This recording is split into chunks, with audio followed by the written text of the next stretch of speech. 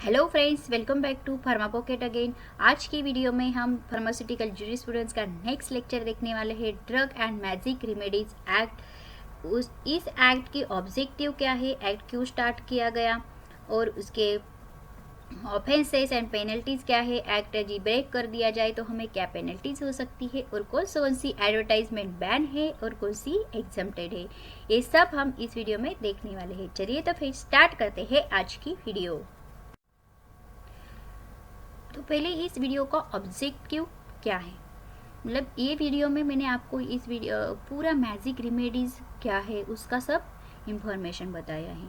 तो magic remedy act जो है उसका मेन ऑब्जेक्टिव क्या है, क्यों स्टार्ट किया गया मैजिक रेमेडी एक्ट। तो ये जो एक्ट है, कोई एडवर्टाइजमेंट हम करते हैं तो उसके बीच में आता नहीं है, मतलब वो ऐसी कोई सी भी एडवर्टाइज में इंटरफेयर नहीं करता है।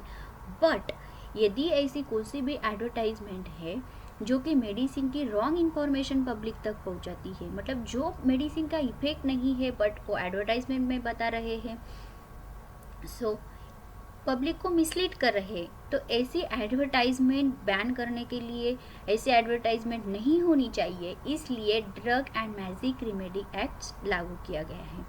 तो इस जो ऑब्जेक्टिव है इस एक्ट का, वो main motto of this act is to avoid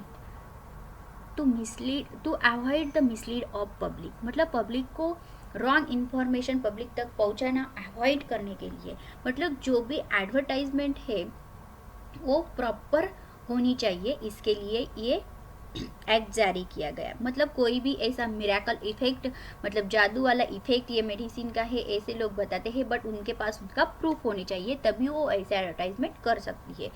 so this is a main objective of this act. So this act has been passed to control certain types of advertisement relating drugs, to provide certain kinds of advertisement which falsely claim and mislead the public relating magic remedy। जैसे मैंने आपको बताया कि magic remedy बताते हैं but वैसा effect नहीं होगा तो फिर पब्लिक को मिसलीड कर सकते हैं, तो ये अवॉइड करने के लिए मैजिक रेमेडी एक्ट लागू किया गया। इस चैप्टर में 3 डेफिनेशन बहुत इंपॉर्टेंट है, advertisement, magic remedy and drugs. Advertisement आपको सबको पता है, मतलब एनी नोटिस, एनी सर्कुलर और लेबल, रैपर और एनी सच डॉक्यूमेंट्स, कौन से डॉक्यूमेंट्स और एनी एडवर्टाइजमेंट मेड ओरली, मतलब ओरली कोई एडवर्टाइजमेंट किया है which shows the effect of product. कोई भी मार्केट में नया प्रोडक्ट आ जाता है तो उसको पब्लिक तक इंफॉर्मेशन नहीं होती है, तो उसको बताने के लिए कोई रैपर, कोई नोटिस दी जाती है या तो ओरली एडवर्टाइजमेंट की जाती है, ओरली इंफॉर्मेशन पब्लिक तक पहुंचाई जाती है जो कि प्रोडक्ट का इफेक्ट दिखाते हैं। उससे हम मतलब इफेक्ट शो करते हैं कि ये जो प्रोडक्ट है, कौन सा भी प्रोडक्ट नया बन गया, जैसे नया शैम्पू आ जाए मार्केट में, सोप आ जाए, तो उसका इफेक्ट क्या है, वो क्या करेगा, ये सब पब्लिक तक पहुंचाने के लिए उनको एडवर्टाइजमेंट करनी पड़ती है। तो ऐसी कौन सी भी अनाउंसमेंट ओरली करते हैं, कभी कभी रैपर, मतलब कोई पेपर दे के, कोई लेबल दे के, लेबल दिखा के एडवर्टाइजमेंट करता है ना, जिसे एडवर्टाइजमेंट बोलते हैं। सो ये हुआ एडवर्टाइजमेंट पार्ट जो कि प्रोडक्ट की इंफॉर्मेशन पब्लिक तक पहुंचाता है। बट मैजिक रेमेडी क्या होता है, मैजिक रेमेडी में क्या होता है, मतलब कोई भी ऐसा मंत्रा या मंत्रा, कवच, तालिस्मान, मतलब तावीज़ दिया जाता है और बोला जाता है कि ये आप तावीज़ या मंत्रा पढ़ेंगे तो आपको जो डिसीज़ हुआ है वो प्रिवेंट हो जाएगा, या तो फिर आपके बॉडी में चेंजेस हो जाएंगे और जो भी आपको बीमारी हुई है वो ठीक हो जाएगा, ऐसा क्लेम किया जाता है। But may be that is not a good thing और नॉट अ रियल थिंग, सो इसे मैजिक बोलते हैं, जो कि पावर जो बोलते हैं कि एक जादू हो जाएगा और ये तावीज़ लेके या मंत्रा लेके आप ठीक हो जाएगा। सो कभी कभी वो रॉन्ग भी हो सकता है, तो उसे ये आता है मैजिक रेमेडी में। नेक्स्ट है हमारा डेफिनेशन ड्रग्स क्या होता है। ड्रग्स की डेफिनेशन आपको पता होना बहुत जरूरी है, because you are going to become a pharmacist. So this definition is not only important for jurisprudence but also pharmacology, you are dispensing pharmacy everywhere, in any subject you can, exam में कौन से भी subject में आपको drug का definition पूछा जा सकता है। तो ड्रग्स मतलब क्या, एनी सब्सटेंस इंटेंट फॉर, मतलब ऐसा एक सब्सटेंस विच इंटेंट फॉर, ऐसा सब्सटेंस है जो कि डायग्नोसिस, क्यूअर, प्रिवेंशन और एनी डिसीज हुआ है तो उसकी ट्रीटमेंट के लिए ह्यूमन बींग्स और एनिमल्स में यूज किया जाता है, उसे ड्रग्स बोलते हैं।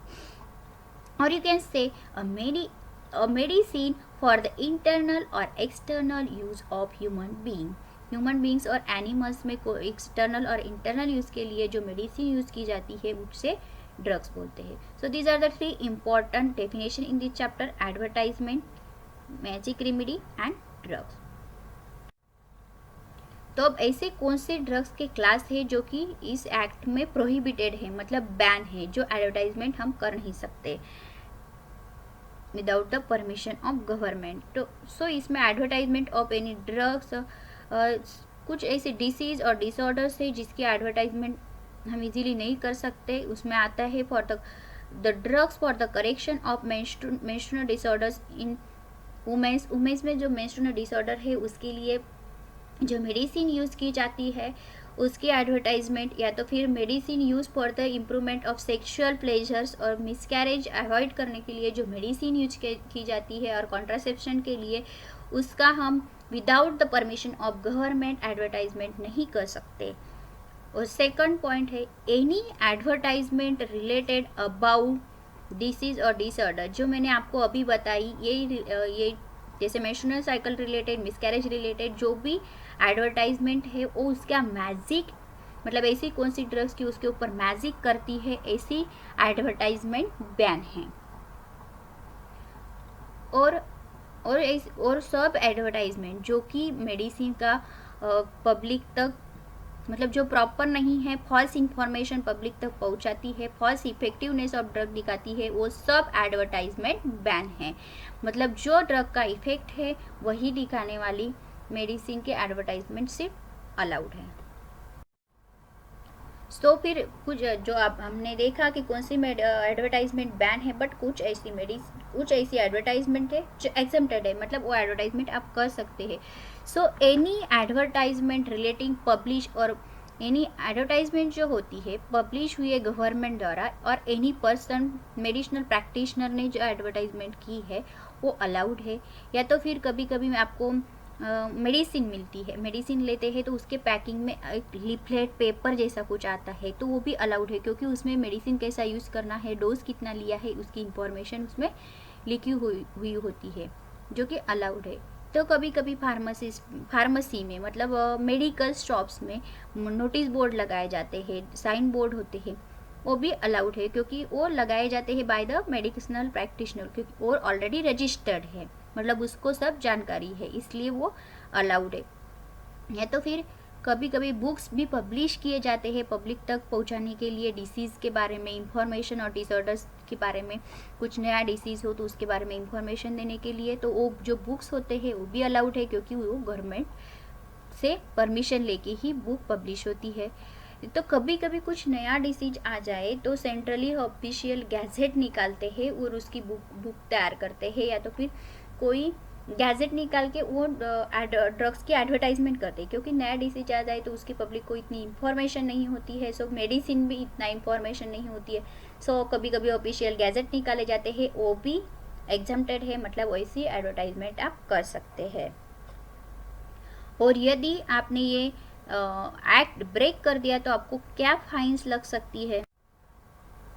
So these are the offences and penalties.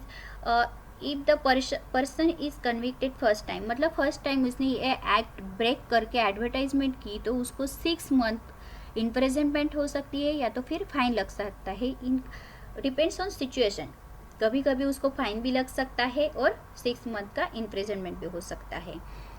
और यदि सेम पर्सन डूइंग सब्सिक्वेंटली, मतलब सेकंड टाइम वो पर्सन सेम एडवर्टाइजमेंट कर रहा है, या तो फिर ये लॉ ब्रेक करने वाला दूसरा कौन सा भी एडवर्टाइजमेंट कर रहा है बट सेकंड टाइम, सो उसको 1 ईयर का इम्प्रिजनमेंट हो सकता है, फाइन हो सकता है, फाइन या इम्प्रिजनमेंट, और डिपेंड्स ऑन सिचुएशन, कभी कभी फाइन्स भी लगेगा और इम्प्रिजनमेंट भी हो सकती है।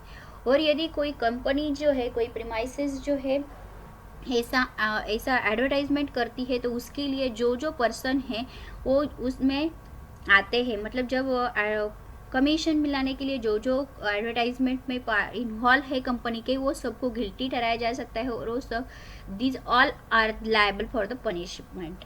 Okay, but however the person is not punishable if he proves, किसी किसी के अगेंस्ट ये किसी किसी के अगेंस्ट कंप्लेंट है कि इसने ये एक्ट ब्रेक किया है, बट यदि वो प्रूव करता है कि मैंने जब एडवर्टाइजमेंट की थी सब तो ये एक्ट फॉलो करने का पूरी प्रिकॉशन ली थी, या तो फिर जो एडवर्टाइजमेंट हुए है वो मेरे अनअवेयरनेस में हुए, मेरे को पता नहीं था, ऐसा वो प्रूव कर देता है, तो वो ऑफेंसेस से बच सकता है. So this video is about the drug and magic remedy act 1955. इसमें आपको कौन सी एडवर्टाइजमेंट अलाउड है, कौन सी नहीं अलाउड है, कौन से ऑफेंसेस एंड पेनल्टीज हो सकती है, इसकी सब मैंने इन्फॉर्मेशन आपको बताने का पूरा प्रयास किया है.